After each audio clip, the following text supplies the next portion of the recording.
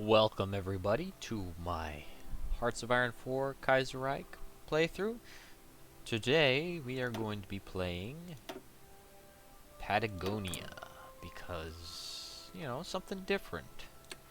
We'll be playing the Patagonian Workers' Front, a revolution at the bottom of the world. Alright. So I had actually tried this earlier, but I had some problems. But hopefully things will go on without a hitch here. Okay. Let's just we're fighting a land war in Asia right now. It takes a bit of time. So we're playing the Kaiserreich mod for Hearts of Iron 4. Why? I like Kaiserreich. I think it's interesting. It adds some variety to the Hearts of Iron 4 base game, which, while fun and interesting all by itself, there are some. It's just nice to try out something different. So for those of you who don't know, Kaiserreich takes place in an alternate history timeline where Germany, the Central Powers, so there'll be the German Empire, Bulgaria, Austria-Hungary, and the Ottomans, won World War I, or as they call it in this timeline, the Weltkrieg, the World War. And that has created a huge cascade of, the Revolutionary Fires, which will get us some extra stuff. A huge cascade of events that made the world look pretty unfamiliar to us in the present. What we're familiar with in 1936 in Hearts of Iron 4. So, here, Canada is still a dominion, but it's really actually the seat of the British government, which fled during a socialist revolution in Britain, which you can see is run by the Union of Britain. Ireland took back Ulster in the chaos of that revolution. France also had its own socialist revolution, the aftermath of the Weltkrieg. And the French Third Republic government fled to North Africa. Germany has won a huge swath of Africa and also taken a number of islands in the Pacific, Indochina, Malaysia, even the island of Ceylon here, Madagascar. The Ottoman Empire still exists. I guess it took back Libya from the Italians.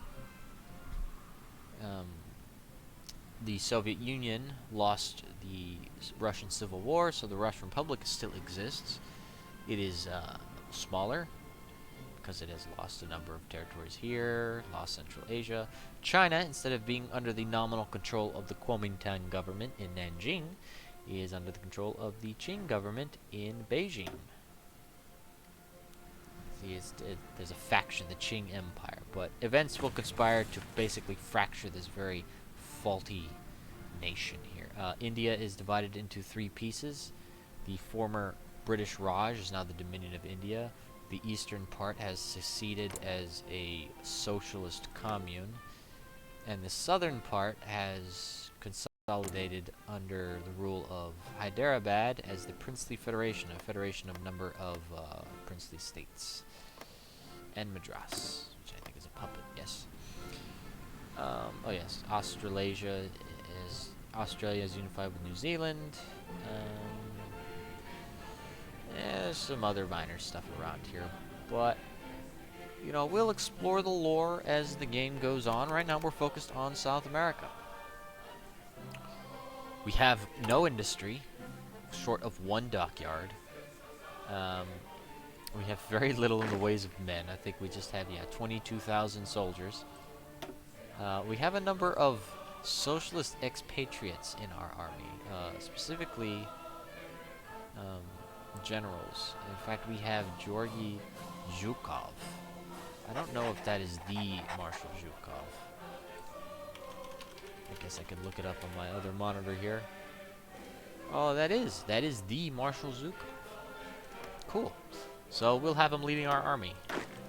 And for our marshal, we'll have Mikhail Tukhachevsky. There we go. We don't have any experience.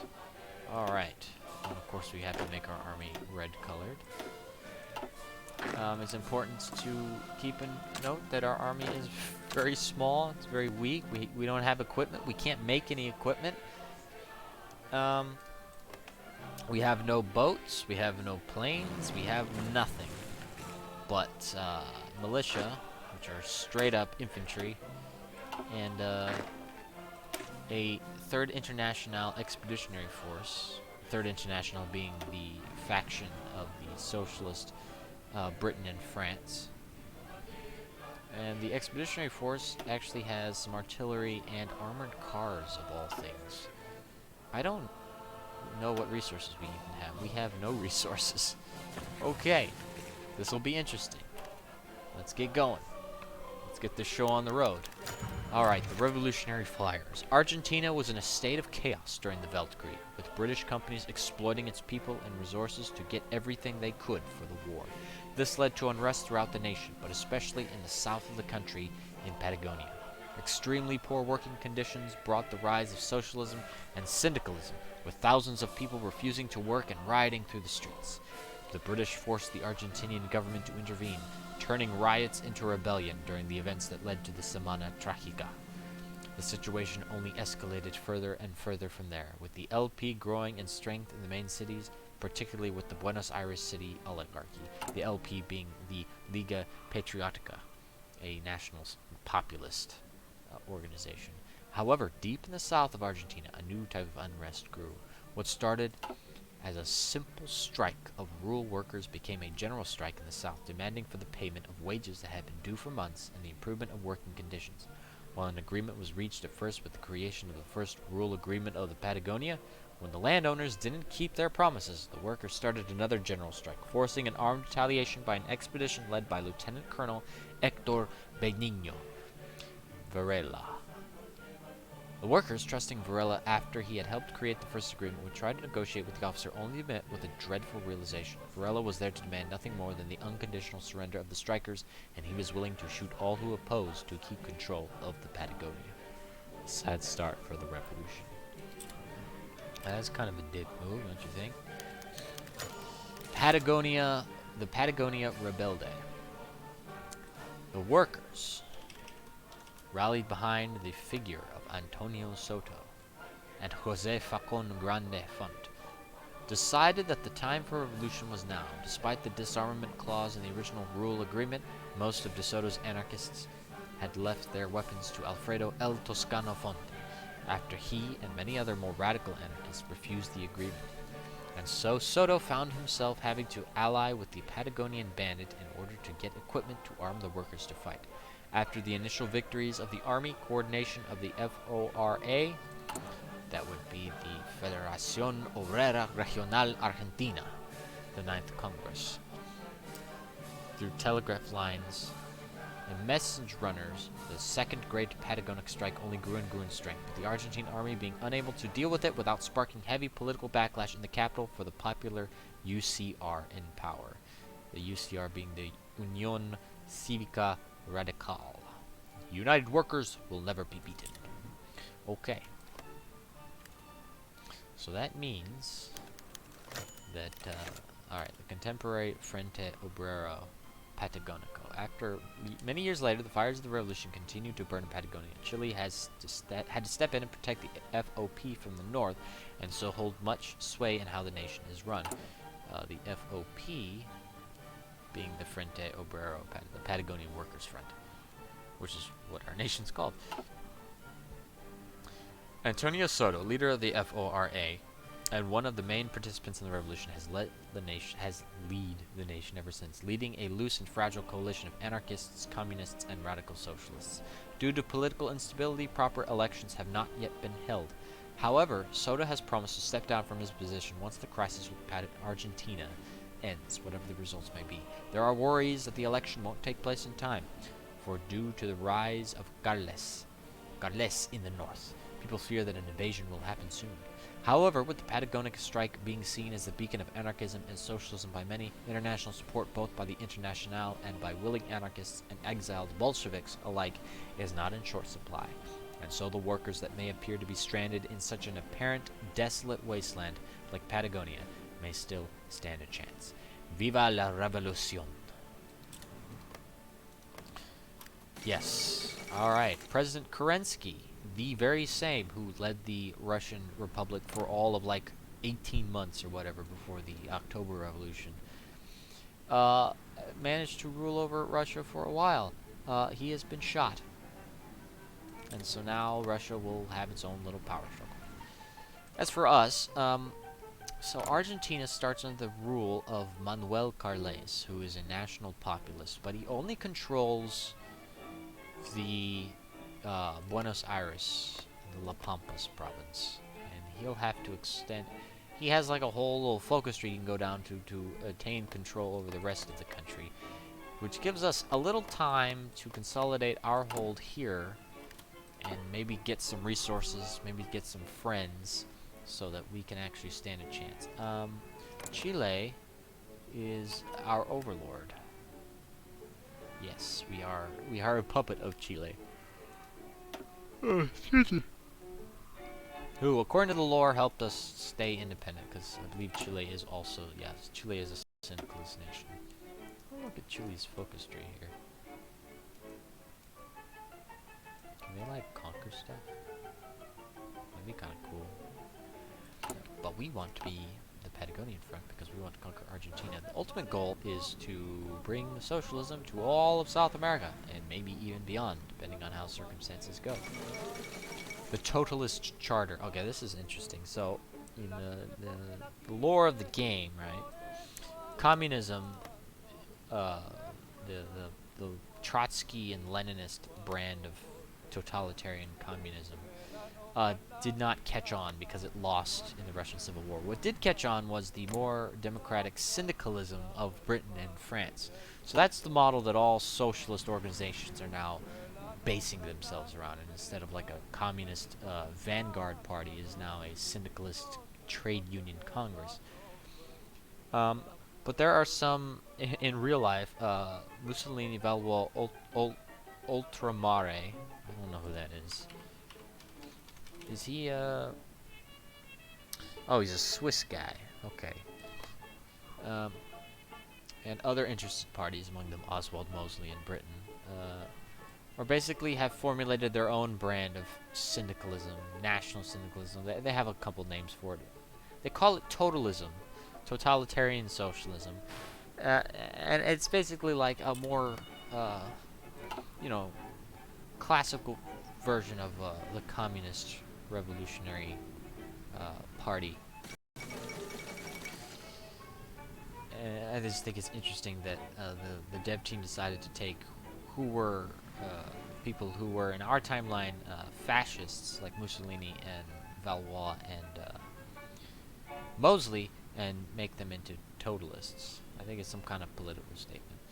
Edward VIII has been crowned King of Great Britain, but he's only a king in Canada. Just like in real life, maybe he'll marry Wallace Simpson and be like, oh, I can't be king no more. Yeah, we'll see. Now, we are socialist, and we actually have like 5 different pathways we can go should we take control of Argentina. We can become radical anarchists, moderate anarchists, moderate socialists, the Baldomaristas. I don't know exactly who those are, or we can become like straight up communists. They call them the comunistas. Yeah, the Comité de Unión Sindical Clasista. Alright, Afghanistan has attacked the Dominion of India. I don't know why. They've basically taken Pashtunistan, all of it, for a fun factoroonie.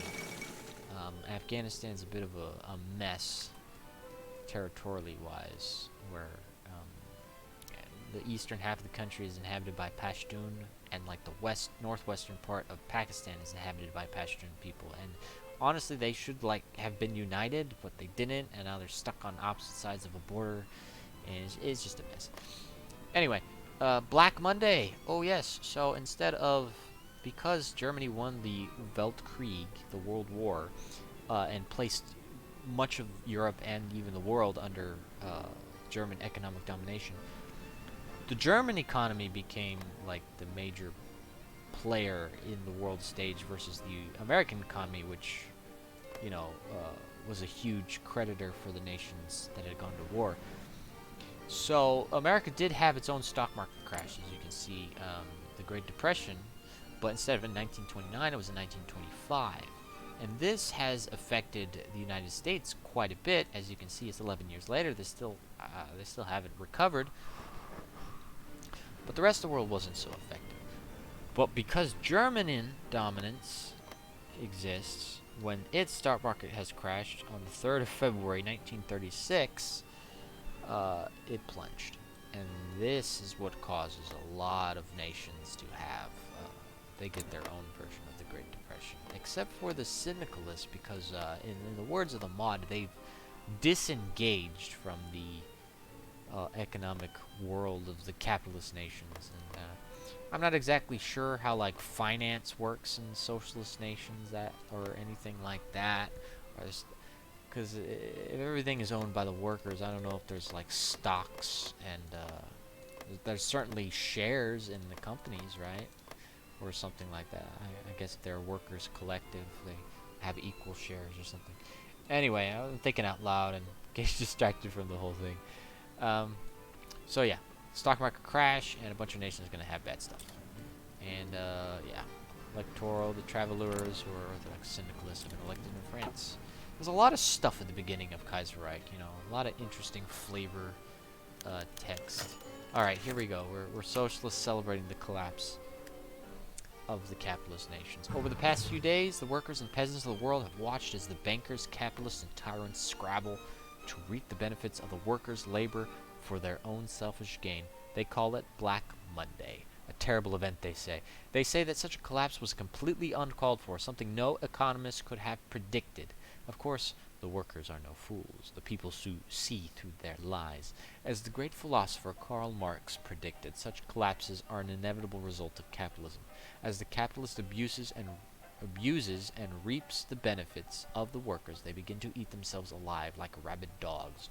All this as they leave their workers to struggle and die by the waste as they scramble for the last piece of meat. Our nation, however, has decoupled itself from the capitalist world and has begun the construction of a true people's state. Therefore, we remain unaffected and can only watch as the nations of the world are eaten alive by their capitalist overlords. This is a great awakening for the peasants and the workers of the world, and soon the workers of these nations will begin to organize against their oppressors. We must stand by and stand tall as a true example for the workers of the world. Workers of the world, unite and get 15 political power. Woo. So I am not an economist, and I'm not as well read on the subject as perhaps I could be, so I'm not entirely sure what, you know, the rationale behind the stock market crash and the Great Depression and all that was. I mean, you have all kinds of different interest groups blaming interest groups they don't like for it. You know, you have socialists blaming capitalism, you have capitalists blaming like the Fed. Yeah, it is a whole thing. I don't know. So yeah, the Austrians have withdrawn from Italy. So, in the aftermath of the Weltkrieg, Italy was one of the Allied power, or the Entente powers, right? Betraying Austria and Germany, and they had been allied. Italy wanted Trent and probably southern Tyrol and Istria, which it did get in our timeline. But since it lost, it had a revolution, and the revolution overthrew the kingdom. The king fled to Sardinia, but then the revolutionaries had a falling out between socialists and liberals, and the liberals were able to survive here in Lombardy and Venetia, north of the Po River, while the socialists took the northern part of the country, and for some reason the two Sicilies became independent and ruled by the House of Bourbon. I don't know what's up with that. But now Italy is fragmented. Yay. Okay, here we have an interesting thing. China, the south of China was ruled by a warlord clique. The League of the Eight Provinces, which was under the control of Marshal Sun Quan-fan, but he died. And so now, you know, there's a power grab for who will control the south. The head of the Qing government, Marshal Wu Peifu, Imperial Minister of the Army, has declared for the Anqing clique. while the remnants of the Kuomintang party, the left-leaning ones, who were defeated, I think, in some war, they're gonna make a comeback. We'll see. It's very interesting. They did a whole China rework, made it a very dynamic, very interesting place because there's just so many ways it could go. And the League of the Eight Provinces will break up. What are the 8 provinces? You have Guangdong, Guangxi, Hunan, Jiangxi, Fujian, Anhui, Zhejiang, Jiangsu. So 1, 2, 3, 4, 5, 6, 7, 8. Yeah. See, I'm just flexing my knowledge of Chinese geography. Okay, got our first focus. Let's get our 3 economic issues. We will need to be smart. Yes. So we'll get some extra stability. The other one would have lost us stability, which is, we do not have much. What are our national limits here? Okay, we have +10 to our division limit. Okay, this one's interesting. Guillermo Mac Hannaford, an ex-army major of the Argentinian military, has been condemned for a lifetime of prison for seemingly betraying the reactionary Argentinian military and leaking official documents to Paraguay and Chile. Honestly, if I had someone betray my ultra-nationalist, populist government, I'd probably just have him executed, not commuted a lifetime in prison. But that's our gain, because luckily for us, the insiders in the Argentinian military have indicated that he'll be transported to the Prisión Regional del Sur, a high-security prison in the territory of Neuquén, which conveniently sits less than a few hundred kilometers from our borders. Unexpectedly, many of the different factions of our military have jumped at the chance of presenting plans to recover this would-be revolutionary from his reactionary grasp.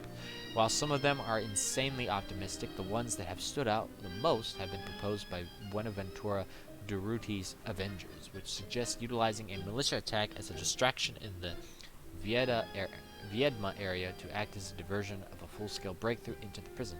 In stark contrast to this plan, Comrade Josef Jugashvili, real-life Joseph Stalin, he's in Patagonia, of all places, in his experience has suggested us to pick a smaller team to infiltrate the area with a couple columns on standby to assist in case the situation escalates, and instead rescue the officer.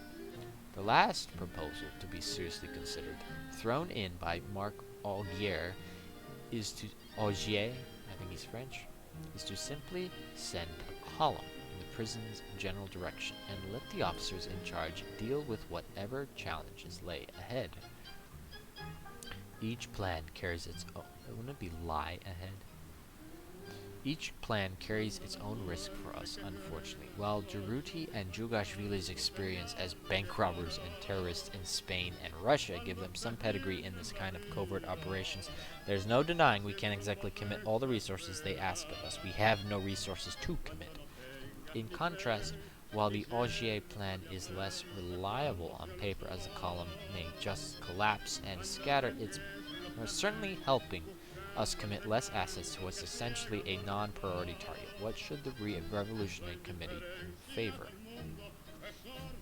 That's an interesting question. Who's in charge of our places? Okay, there's Marc Augier. Why is he wearing a parka? I guess it's cold. It's cold in Patagonia. That's right. Can you imagine they're just in this little town at the bottom of the world? It's like, don't worry, comrades, we will win the revolution. Okay, so what happens? Okay, so we can do what Durruti asks. We'll lose political power. We'll gain syndicalism support. 80% chance that Hannaford made it out alive. Well, that's not bad. This one increases our popularity of totalism. Maybe we ought to decide which path we want to take. I want to conquer South America. Do I get any focuses to help me with that? This one will let me invite South American nations to our faction. I don't want that. I want the whole thing.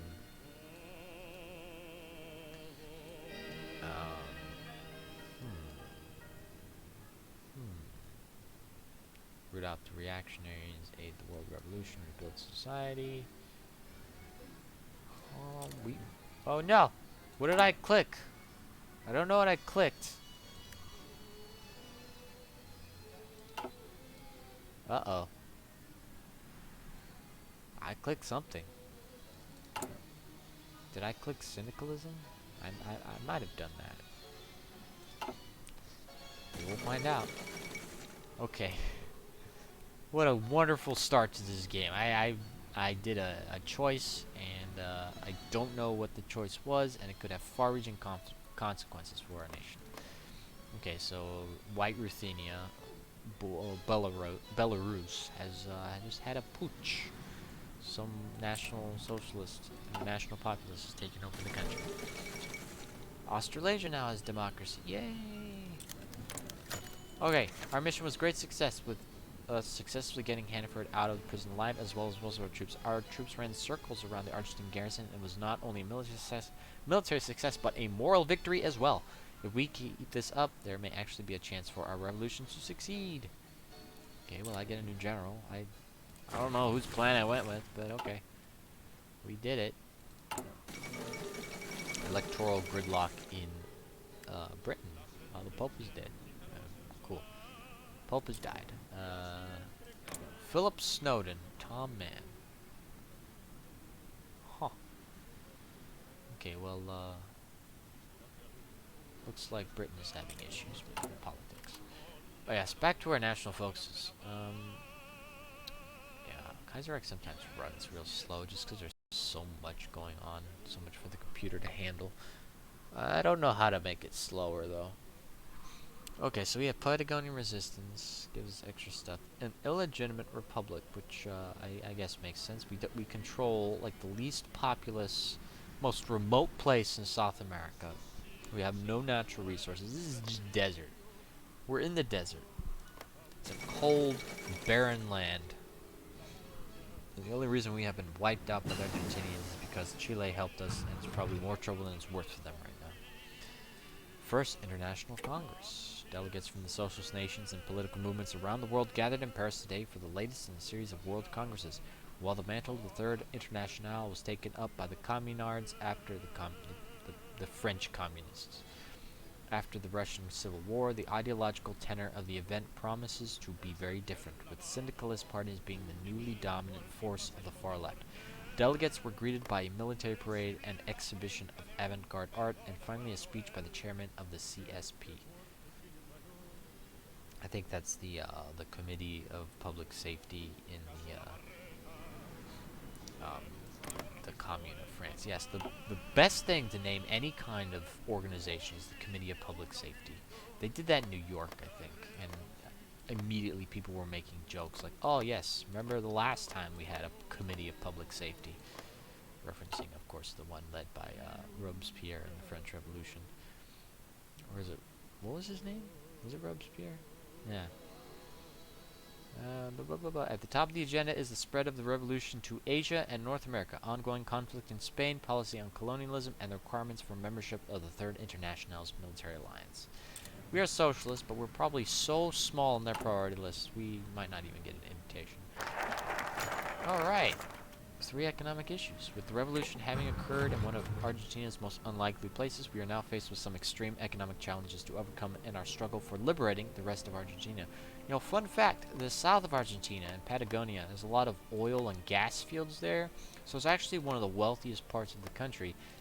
In 1936, that's not the case.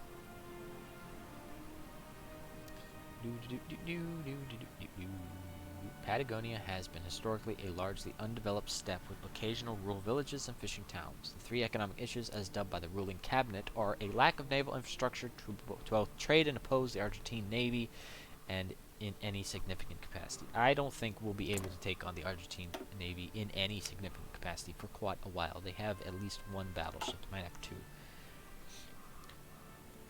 A lack of basic resources and resource infrastructure. This means that even if there are some limited reserves of iron and coal in our territory, we both lack the infrastructure to refine it into steel, as well as having an underwhelming infrastructure for its transport. Yes, our infrastructure is garbage. A lack of industry. This one has become the most apparent as we now rely on Chile for practically everything except for the most immediate supplies like food and water. We will need to solve this not just so that we can further bolster our combined strength, but also so that we can stand up for ourselves in the case that Chile has to pull out their support to defend themselves. If we are to survive against the reactionary government to the north, we will need to undergo drastic change to get the men and materiel needed for the revolution to even survive. We must appeal to our allies abroad, get creative, and think outside the box if we wish to prevail. We are truly in a precarious position. Okay, I don't want to do any of these right now. But we do get a new tech, so let's get become computing for extra research. Alright, we won't be able to do any of those till for a while. Okay, we have no resources. The Patagonia economy is grievously underdeveloped, with many of the region's riches being left untapped beneath the earth. There is no reason for this other than the neglect of the previous regime, and now that we're in control of our own fate, we'll have to jumpstart a resource industry to support both our people and our revolutionary army. 14 days, and we'll see exactly what kind of treasures lie in Patagonia. I hope it's at least like steel. You could always use some steel to make weapons.